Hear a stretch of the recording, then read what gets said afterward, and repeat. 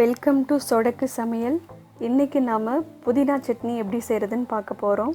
இது வரைக்கும் சொடக்கு சமையலுக்கு சப்ஸ்கிரைப் பண்ணாதவங்க சப்ஸ்கிரைப் பட்டனை கிளிக் பண்ணிக்கோங்க. அப்படியே பக்கத்தில் இருக்கிற பெல் ஐக்கானையும் கிளிக் பண்ணிக்கோங்க. அப்போ தான் எங்களோட எல்லா வீடியோவையும் நீங்கள் மிஸ் பண்ணாமல் பார்க்க முடியும்.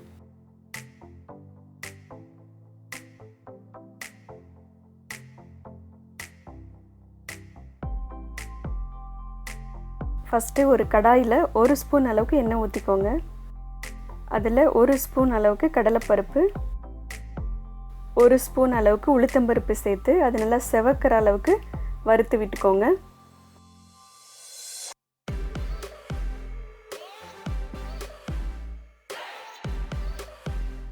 நறுக்கி வச்சிருக்கிற 4 பச்சை மிளகாவை போட்டுக்கோங்க. 10 பல் பூண்டும் சேர்த்துக்கோங்க. 20 சின்ன வெங்காயத்தை போட்டுக்கோங்க. 1 ஸ்பூன் அளவுக்கு உப்பு சேர்த்துக்கோங்க. இதை நல்லா வதக்கி விடுங்க.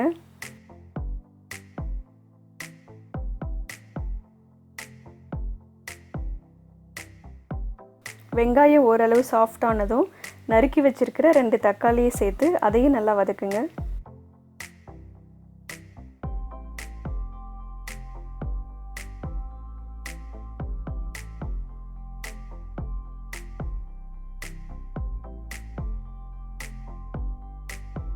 தக்காளி நல்லா வதங்கினதுக்கு அப்புறம் 1/4 கப் அளவுக்கு துருவி வச்சிருக்கிற தேங்காவை சேர்த்துடலாம். இதை ஒரு 2 நிமிஷம் வதக்கினா போதும், ஏன்னா தேங்காவை அதிக நேரம் வதக்கக்கூடாது.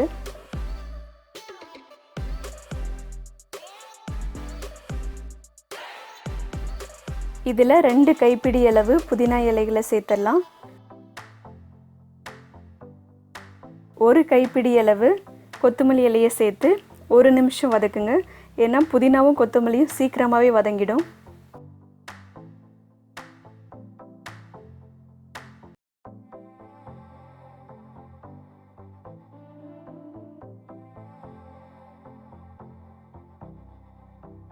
இதில் ஒரு சின்ன துண்டு புளியை சேர்த்து நல்லா கலந்து விட்டுக்கோங்க.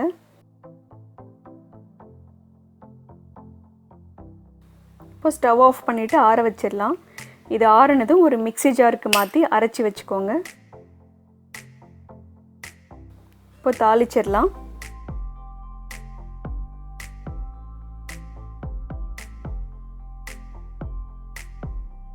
அதுக்கு 1 ஸ்பூன் அளவுக்கு எண்ணெய் ஊற்றிக்கோங்க. அதில் 1/2 ஸ்பூன் அளவுக்கு கடுகு உளுத்தம்பருப்பு போட்டுக்கோங்க. கடுகு வெடிக்க ஆரம்பித்ததும் 1/4 ஸ்பூன் அளவுக்கு பெருங்காயத்தூள் போட்டுக்கோங்க. ஒரு காஞ்ச மிளகாய் போட்டுக்கோங்க. கருவேப்பிலை சிறிதளவு சேர்த்துக்கோங்க. கருவேப்பிலை பொரிஞ்சதும் இதை சட்னியில் சேர்த்துடலாம். பாருங்கள், சூப்பரான புதினா சட்னி ரெடி ஆகிடுச்சு. இது இட்லி தோசைக்கு ஒரு சூப்பரான காம்பினேஷன். இதை ரைஸ் கூடவும் வச்சு சாப்பிட்லாம். இதை நீங்களும் ட்ரை பண்ணி பாருங்கள். உங்களுக்கு இந்த வீடியோ பிடிச்சிருந்ததுன்னா லைக் பண்ணுங்கள், ஷேர் பண்ணுங்கள், கமெண்ட் பண்ணுங்கள்.